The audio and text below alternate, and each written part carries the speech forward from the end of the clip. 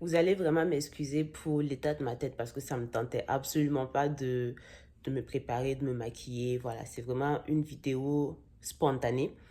Je fais cette vidéo en fait parce que je voulais mettre en garde tout le monde.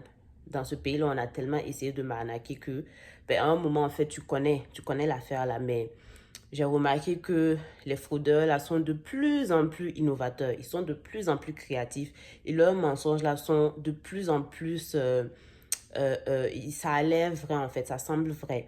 La raison pour laquelle je fais cette vidéo, c'est parce qu'en fait, j'écoutais une émission de Ça commence aujourd'hui. Pour ceux qui ne connaissent pas, c'est une émission française en fait, où dépendamment des thèmes, les gens viennent témoigner, ils viennent raconter leur expérience, ce qu'ils ont vécu.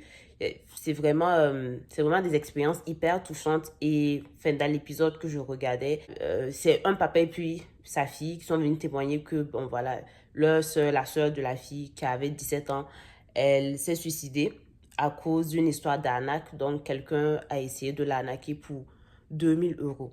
2000 euros, c'est quoi? C'est même pas l'argent, mais pour un enfant de 17 ans, ça peut sembler que voilà, c'est une fortune et malheureusement, la petite s'est suicidée.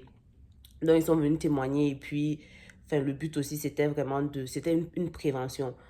Moi, ça m'a choqué, ça m'a beaucoup interpellée parce que, coïncidence, hier, enfin, il y a un fraudeur qui a essayé de me frauder avec une histoire enfin, sur Instagram, la personne m'a contacté sur Instagram, elle m'a envoyé un message comme quoi, voilà, elle aime mes photos et elle voudrait utiliser mon image dans un projet d'art.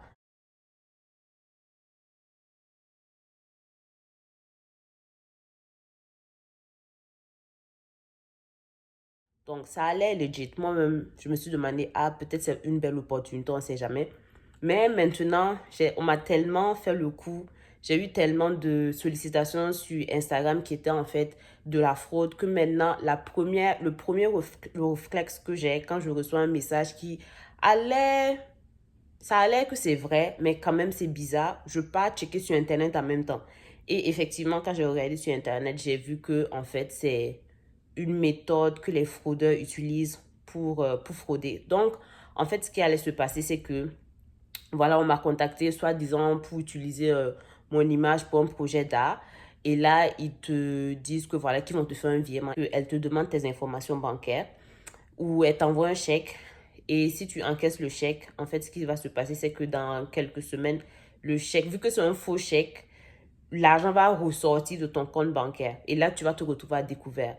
Ou si tu donnes tes informations bancaires, ben, ils vont soutirer de l'argent de ton compte bancaire. Donc, c'est à peu près comme ça que ça fonctionne. Les autres fois où je me suis fait solliciter, bon, c'est des gars qui viennent, qui cherchent des sugar babies, donc ceux qui connaissent les jeunes filles qui sortent avec les personnes plus âgées, les vieux pères et tout pour l'argent. Donc, souvent, tu as ces sollicitations-là. L'autre méthode que les gens utilisent fréquemment ici, mais maintenant, on sait tous, si tu es là, tu es au Canada depuis des années, tu connais cette méthode-là. C'est genre, appeler, dire oui, tu as des problèmes avec le gouvernement, oui, il faut que tu donnes ton numéro d'assurance sociale pour qu'on fasse des vérifications.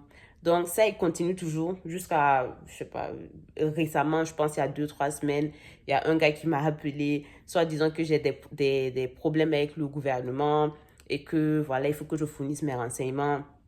Moi, je prends même pas le temps. Quand il commence comme ça, je raccroche. Je prends même pas le temps d'écouter même les idioties.